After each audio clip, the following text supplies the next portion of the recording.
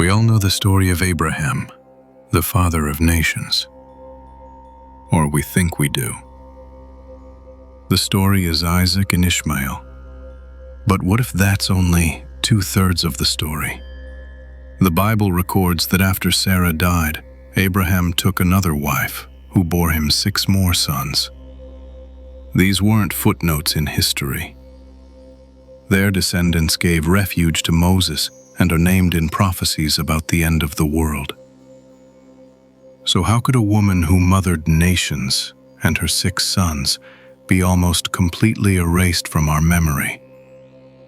Her story might just reshape everything we think we know about Abraham's legacy. What if I told you the story of Abraham, the father of nations, the undisputed patriarch of faith, is incomplete? We've all heard the epic tales. Isaac, the child of promise, miraculously born.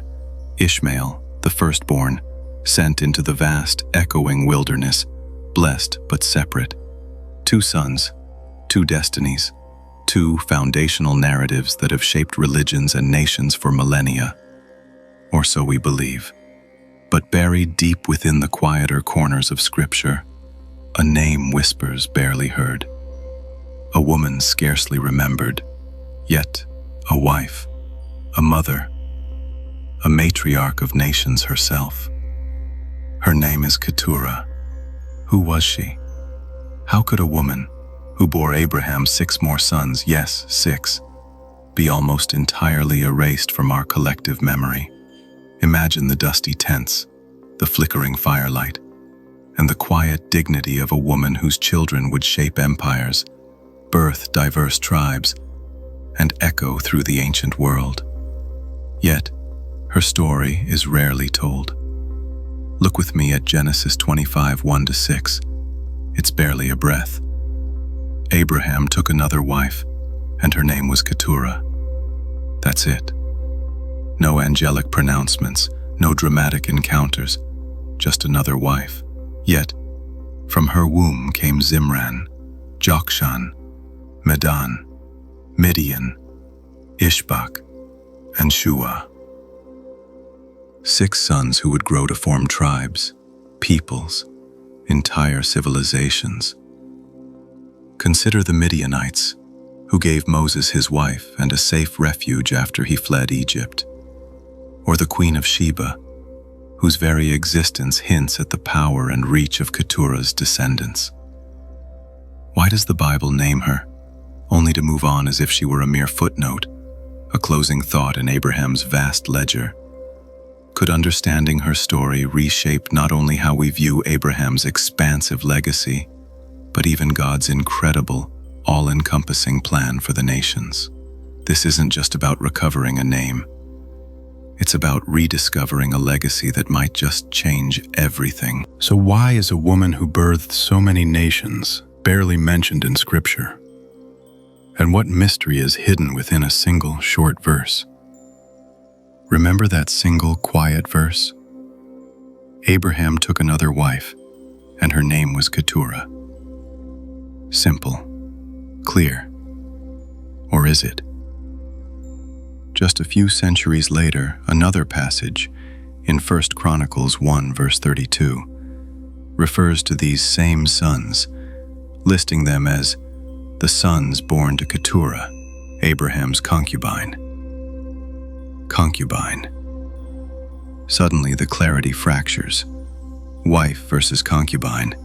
In our modern world, those terms feel worlds apart, laden with vastly different implications. But what did they mean in the bustling, complex, patriarchal societies of the ancient Near East, where Abraham walked under vast, star-filled skies? This isn't just about labels in a dusty scroll. In Abraham's time, being called a wife carried unmistakable weight, public recognition, often a covenantal bond, and, most critically, clear rights of inheritance for her children. A son of a wife had a recognized place in the family, a share in the legacy. A concubine, however, was a secondary partner. She lived within the household, she bore children, as Keturah certainly did, 6 strong sons. but her legal and social standing was different. Her children typically didn't inherit, at least not automatically, unless explicitly granted status by the patriarch. For instance, the Code of Hammurabi, a foundational legal text from that era, outlines specific rights and limitations for different types of marital relationships, often reflecting similar distinctions. How then do we reconcile these seemingly contradictory accounts? Was Keturah honored, a legitimate spouse? Or was she relegated to a lesser role, less remembered, perhaps less important in the eyes of the scribes? This discrepancy forces us to lean in, to ask difficult questions. Did her status evolve over time? Perhaps, as some scholars suggest, Keturah began as a concubine during Sarah's lifetime or shortly after.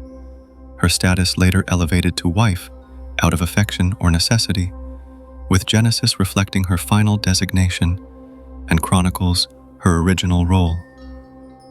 Imagine Abraham, a widower, seeking companionship and more children to fulfill God's promise of numerous descendants. Or was she always secondary, never quite meant to rival the covenantal significance of Sarah's line? Her sons, then, were never intended to carry the primary covenant, and thus, neither she nor they were fully integrated into Abraham's divine legacy. This isn't just an academic debate. It shapes how we understand God's call and Abraham's sprawling family. The very future of nations could hinge on this subtle shift in terminology. Why would the chronicler, writing much later, choose to emphasize concubine when Genesis uses wife? What deeper theological statement might be embedded in this choice? This discrepancy in terms hints at more than just social etiquette. It points to a drama of cultural norms and divine intention. We've wrestled with Keturah's status, wife or concubine. Now, let's dive into a question that has sparked debate for centuries. A question that comes to us not from modern speculation, but directly from the ancient Jewish Midrash. Could Keturah have been Hagar all along? Imagine that. The woman once cast out, sent into the desolate wilderness, now returned. Not as a slave, not as a concubine, but as a renewed, restored figure, given a new name, a new identity. According to some revered Midrashic traditions, after Sarah's death, Abraham, in an act of profound reconciliation, brought Hagar back into his household. But she wasn't just Hagar, she was reborn as Keturah. The name itself, Keturah, is said to mean fragrance or incense. Think about that symbolism for a moment. Incense, in ancient times, wasn't just a pleasant smell. It was an offering, something purified, made sweet and acceptable before God. It painted a picture of a woman once associated with sorrow and rejection, now embodying renewal and blessing. Isn't that a beautiful redemptive arc? A concubine once cast out, now received, her former pain transformed into pleasant fragrance. What does this tell us about Abraham's capacity for forgiveness? Or more profoundly, about God's capacity to redeem and transform even the most challenging stories? This interpretation speaks of a wider, more inclusive divine plan, where even those who suffered marginalization find a place of honor. It suggests that even the seemingly expelled are never truly beyond the reach of divine grace. But not everyone agrees with this compelling narrative. Many scholars argue against the Keturah-Hagar identification. Why? Because the biblical text itself never explicitly confirms it. Keturah is introduced without any direct reference to Hagar, almost as if she appeared without prior connection after Sarah's passing. Furthermore, The timing of events and Abraham's advanced age can raise questions about such a reunion. This leads many to believe Keturah was an entirely different woman, perhaps a noble figure Abraham married out of considered design rather than desperation. So, who was she? A returning Hagar, embodying forgiveness and restoration, or a new, distinct presence brought into Abraham's life to fulfill a different, yet equally vital, part of God's grand design? We've unearthed the mystery of Keturah herself, her forgotten status, the midrashic whispers of Hagar. But what of her children? In Genesis 25, verse 2, a single verse, often read in haste, presents us with 6 names: Zimran, Jokshan, Medan, Midian, Ishbak, and Shua. 6 sons, all born to Abraham in his advanced years, all after Sarah's passing. These aren't just labels on an ancient family tree. Each name carries a potential legacy, a whisper of a people, a kingdom yet to be discovered. Let's meet them. There's Zimran, whose name, debated among scholars, might hint at lively musical tribes or nomadic wanderers. Could his descendants have settled the Arabian deserts, leaving behind an artistic or restless spirit? Then comes Jokshan, whose name means snarer or trapper, perhaps suggesting a leader of shrewdness or skill. But it's Jokshan's own sons, Sheba and Dedan, whose names sparkle through prophecy and history, pointing to roots of trade, wealth, and spiritual significance that we'll explore further. And Medan, a more elusive figure, whose name possibly signifies contention or judgment, hinting at a people who might have carved out a tough existence in borderlands, their lives etched with conflict. These aren't merely names, they are seeds, each containing the promise of a forest. Most famous among them perhaps is Midian.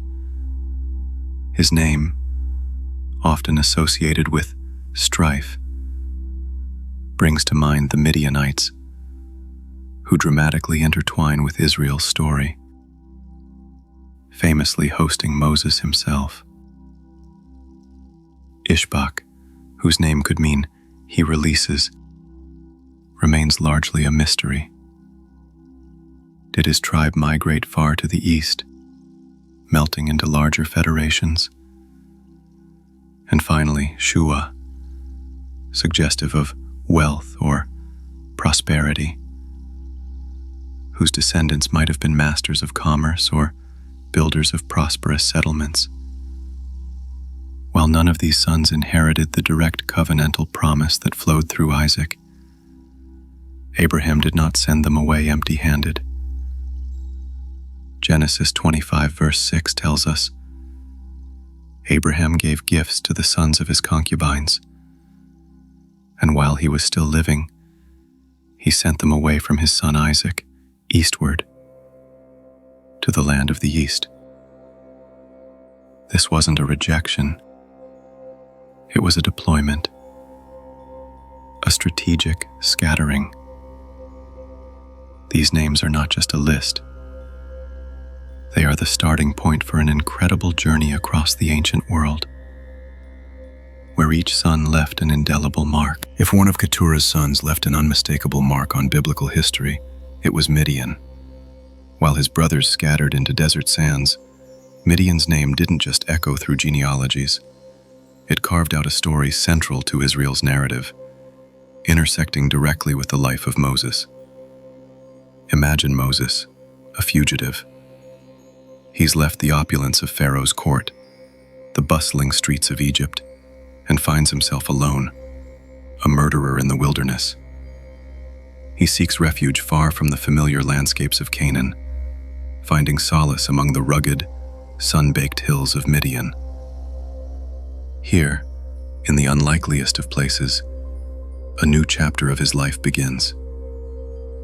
In Midian, Moses encountered Jethro, a shepherd and priest. Interestingly, Jethro is not portrayed as an idolater, but as a wise leader who even blesses God by name.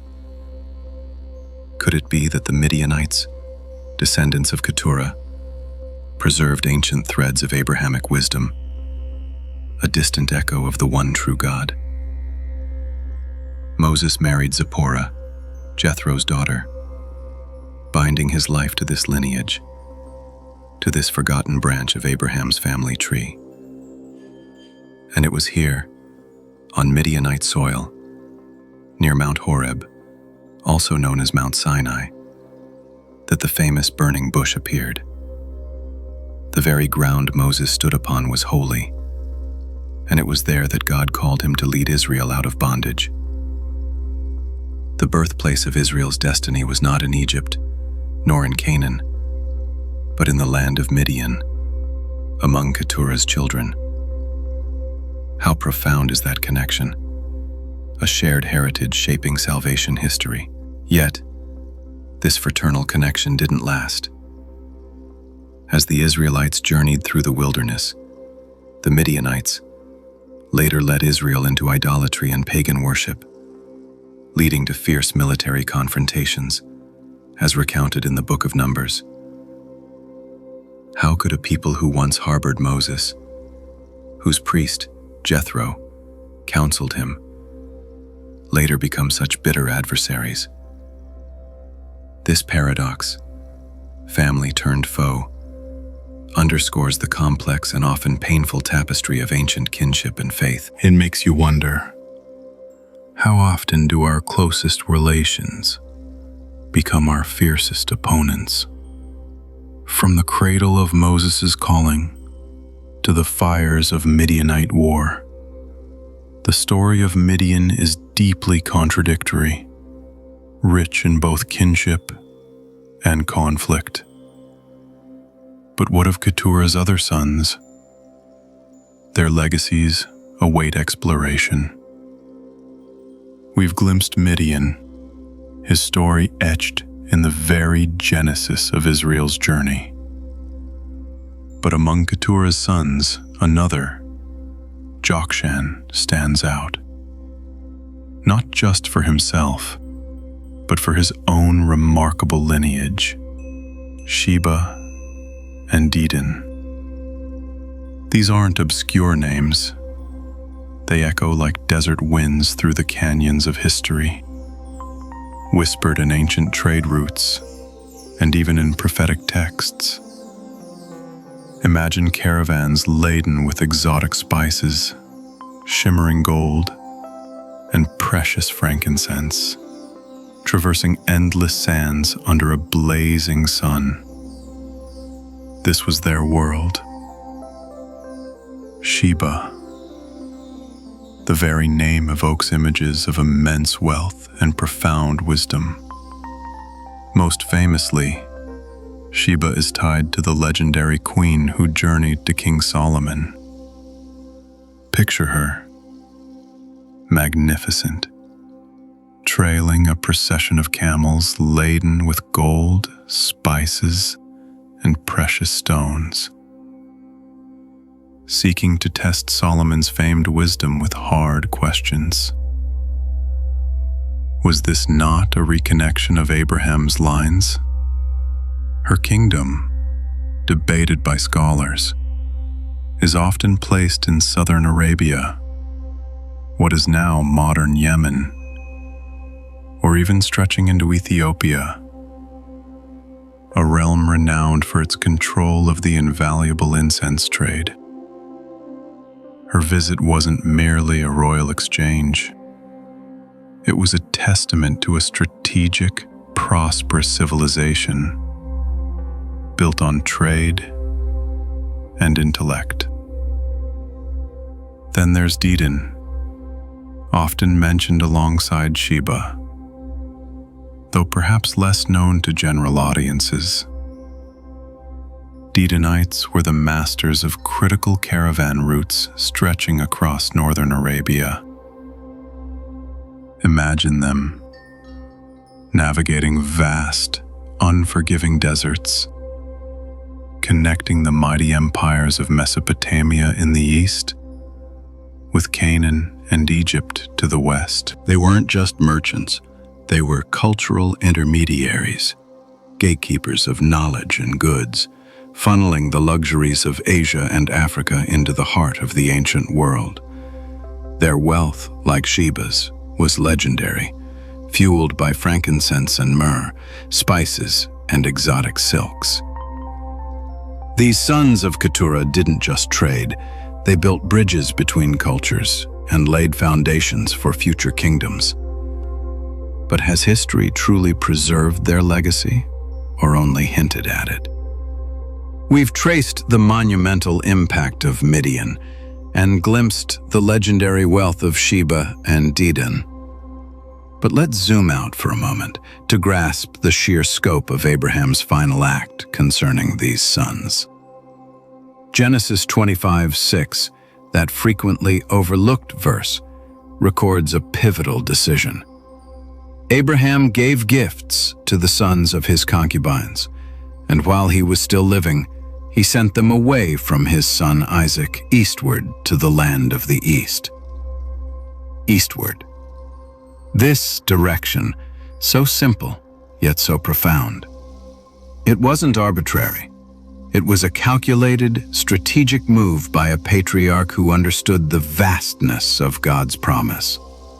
Imagine the dry, vast expanse stretching between the fertile crescent of Mesopotamia and the scorching sands of Arabia.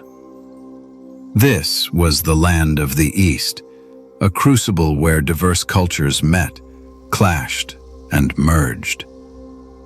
By sending them eastward, Abraham wasn't merely banishing them, he was strategically deploying them. He nurtured them, endowed them with resources, gifts, and then sent them as founders, as architects of new societies. They were positioned at the crossroads of ancient civilizations, poised to develop their own unique tribal cultures and extensive trade networks. These were not just peripheral tribes. They became integral to the region's history, shaping the very fabric of the ancient Near East. Think of the Nabateans, marvels of ancient engineering building cities like Petra in what was once a Midianite realm, Or the powerful Arabian kingdoms that arose, built upon the very foundations laid by these early tribes. What does it tell us about Abraham's foresight, or perhaps God's overarching plan, that these men were directed to precisely the areas where they would thrive and influence? What if this dispersal wasn't punishment, but preparation? A divine strategy to spread Abraham's influence, his legacy, his very DNA, across a wider canvas than just the promised land of Canaan. This was not banishment. It was a strategic deployment, enabling them to carry Abraham's legacy into the wider world. But what happened when their paths crisscrossed with other burgeoning nations? We've seen Keturah's sons scattering eastward, establishing their own domains. But what becomes of these early, nomadic tribes? History rarely stands still. Cultures evolve, merge, and transform. Consider the Midianites, who played such a pivotal role in Moses' life and later clashed with Israel. Did they simply vanish into the desert sands when their time in the biblical spotlight faded? Perhaps not.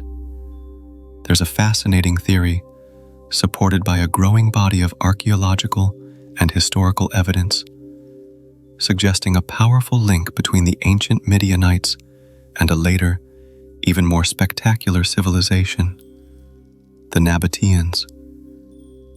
Imagine Petra, that breathtaking, rose-red city carved directly into sheer cliff faces in what is now southern Jordan.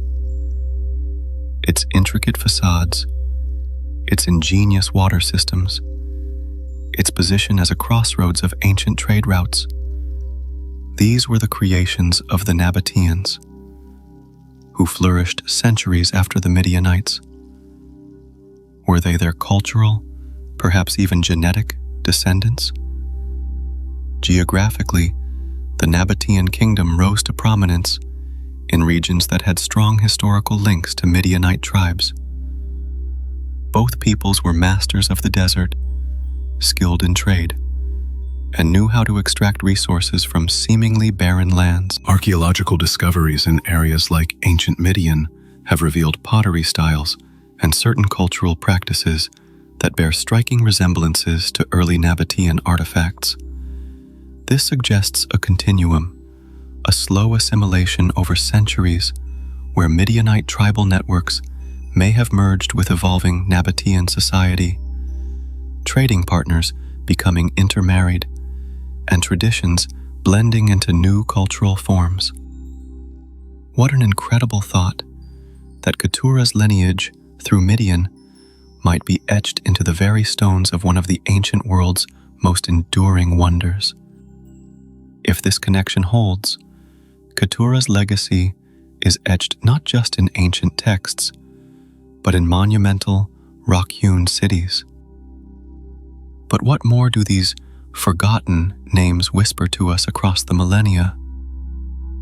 We've journeyed through history, seeing Keturah's sons establish vibrant cultures and trade empires. But what if their story isn't confined to the past? What if these ancient families, seemingly on the periphery, burst forth into prophetic future? Let's turn our gaze to Isaiah 66, a powerful vision of end-time glory and restoration, where nations stream to Zion, bringing their finest treasures. Listen to these words. A multitude of camels shall cover you, the young camels of Midian and Ephah. All those from Sheba shall come. They shall bring gold and frankincense, and shall proclaim the praises of the Lord. Midian, Ephah, Sheba. These names, do they sound familiar? They are the direct descendants of Keturah. Here, in this breathtaking prophecy, they are not enemies. They are not forgotten. They are revered guests, worshippers, bringing the most precious offerings, gold and frankincense, to honor the Lord. This isn't just a historical footnote. This is a grand tableau of reconciliation and worship. Does this conjure another image in your mind? Perhaps the wise men from the east, bringing gifts of gold, frankincense, and myrrh to the newborn King, Jesus. It's a striking parallel, isn't it? A prophetic echo across millennia, hinting at the enduring significance of these Eastern peoples. The theological implications are profound. It suggests that God's plan was never limited to one chosen line, to the exclusion of all others. No. His vision was always global, always expansive, always intended to draw all nations to himself. These forgotten descendants of Abraham, once sent eastward, are now envisioned returning with worship, fulfilling a part of Abraham's promise to be the father of many nations. Their inclusion in this glorious future testifies to a God who remembers, redeems, and restores from every corner of the earth. These ancient names don't just fade into history. They resurface in the prophetic future, signaling the universality of God's plan. But are there even more intense prophecies yet to unfold? We've seen the descendants of Keturah, through Midian and Jokshan, forge nations, build empires of trade, and even appear in moments of worship in Isaiah's glorious prophecy. But what if their story isn't just one of past influence and future praise? What if they stand as silent witnesses, or perhaps even reluctant participants, in one of the most intense and dramatic prophecies of the Bible, a prophecy of the end times? This is where our journey takes a sharp turn, from historical context to chilling foresight. Turn with me to Ezekiel 38:13. In a visionary account detailing a monumental invasion against Israel in the last days, we find these words: Sheba and Dedan, and the merchants of Tarshish, and all their strong lions will say to you, have you come to capture spoil? Have you assembled your company to seize plunder, to carry away silver and gold, to take cattle and goods, to capture great spoil? Notice their role. Sheba and Dedan, direct descendants of Keturah through Jokshan, are not among the invading forces. They are observers. They are the merchants, the traders, the economic powerhouses, standing by, questioning the motives of the aggressor. Their concern is not for ideological conquest, but for the potential disruption of trade, the loss of wealth, the seizing of plunder. It's a stark, almost transactional concern amidst cosmic conflict. This portrayal resonates deeply with their historical identity as ancient Arabian trading kingdoms. What does it mean that these ancient names, these children of Keturah, reappear in such a crucial end-time prophecy? It suggests their enduring presence, their relevance, even in the furthest reaches of God's prophetic timeline. Could their modern counterparts, their 21st century descendants, still hold significant roles in the intricate geopolitics of the Middle East? Perhaps as economic powers observing global events unfold. These ancient names are not confined to dusty history books. They are alive, vibrant, and incredibly relevant to the unfolding narrative of our world. This is a pivotal moment.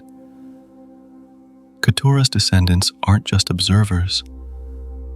They are markers of prophetic time, their destiny intertwined with the fate of the entire world. We've witnessed the children of Keturah rise in history, even appearing in the grand tapestry of prophecy. But there's a spiritual tension that needs addressing. What happens when you're not the chosen one, but you're still part of the divine promise? The sons of Keturah weren't chosen like Isaac to carry the direct covenant. They weren't even as central, at least in the biblical narrative, as Ishmael. But they were certainly not forgotten, nor were they cursed. Indeed, Genesis 25:6 explicitly states, "But to the sons of his concubines Abraham gave gifts, and while he was still living, he sent them away from his son Isaac, eastward to the land of the east." It's easy to read this as exclusion, as if Isaac received everything and the others were merely cast aside. But what if it's so much more? What if this wasn't rejection, but rather a redirection, a tailored assignment from a God whose purposes are infinitely diverse? They didn't inherit the promised land, no, but they most certainly inherited a purpose. They were blessed with gifts, equipped for their unique journey, and positioned to impact regions of the world that the direct covenantal line might not initially reach. Think about it. Midian, a son of Keturah, provided refuge to Moses and hosted the very mountain of God.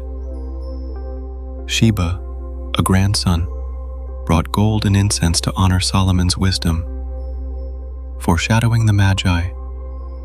And prophetic books continue to name these nations, these children of Keturah, as having a role in the unfolding plan of God. Does this sound like insignificance? Or does it sound like a different, yet vital, assignment? God's mercy and wisdom weren't confined to a single path. He works in the margins. He blesses the outskirts. He sends people into the wider world, not to be forgotten, but to be used elsewhere, to bear light where otherwise there might be none. Their path was distinct, yet no less significant. It reminds us that Abraham's multitude of nations was literal and far-reaching, a third powerful branch shaping cultures across the Arabian Peninsula and beyond.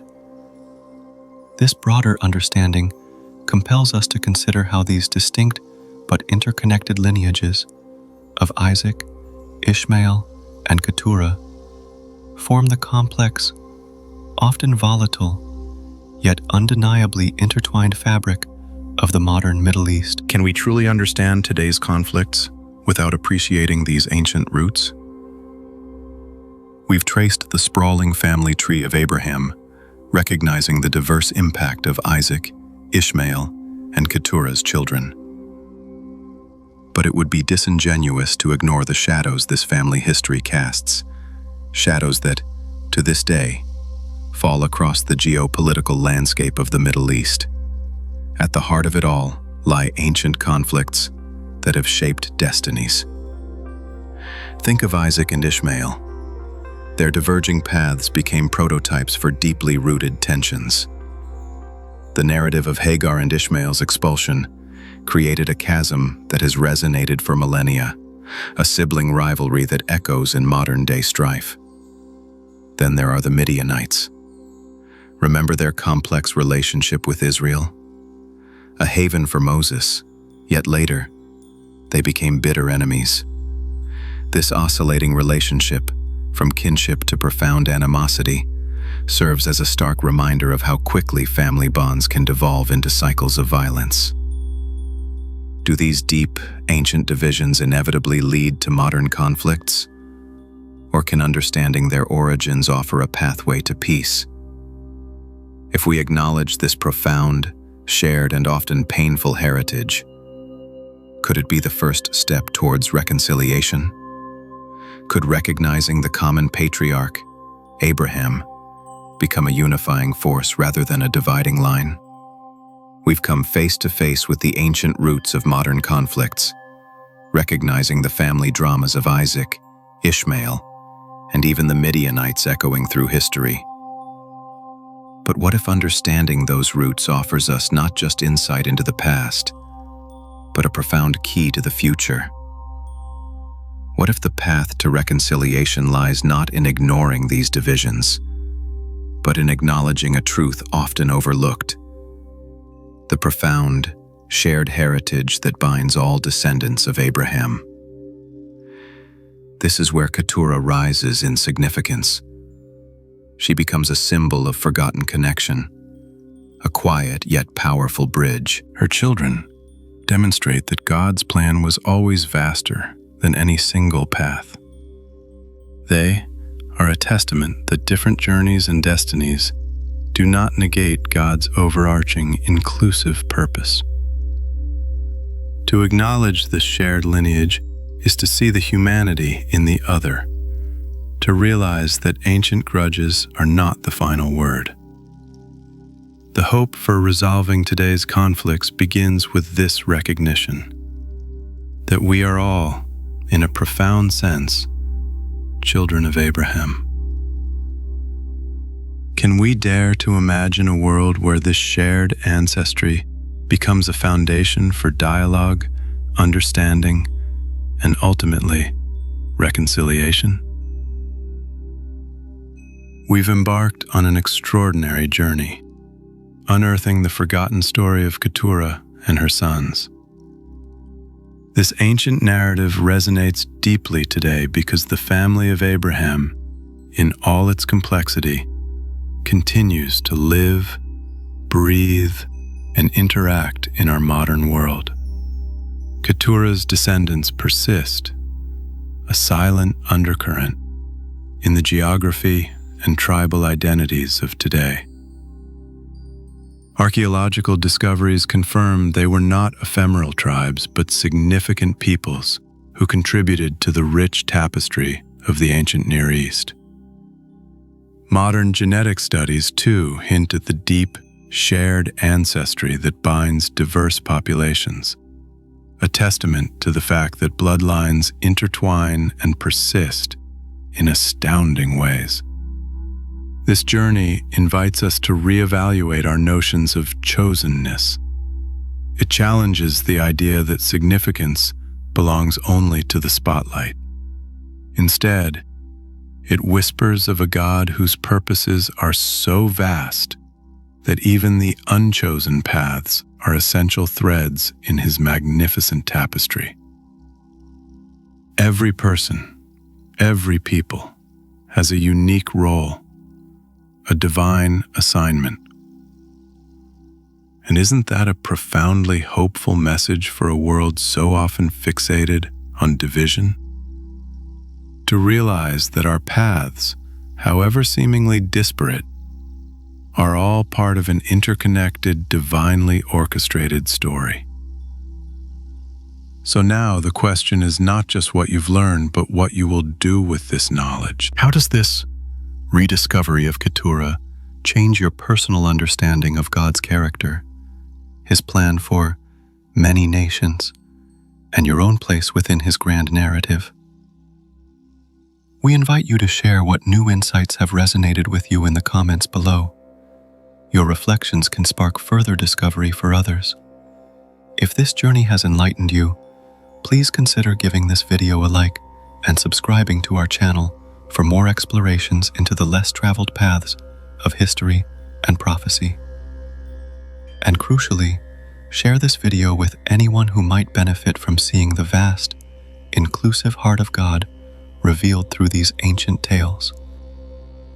Because ultimately, every one of us, from the most celebrated figure to the quietest, most forgotten soul, holds a significant role in God's masterpiece. Remember Keturah, and remember the boundless nature of God's grace. Until next time.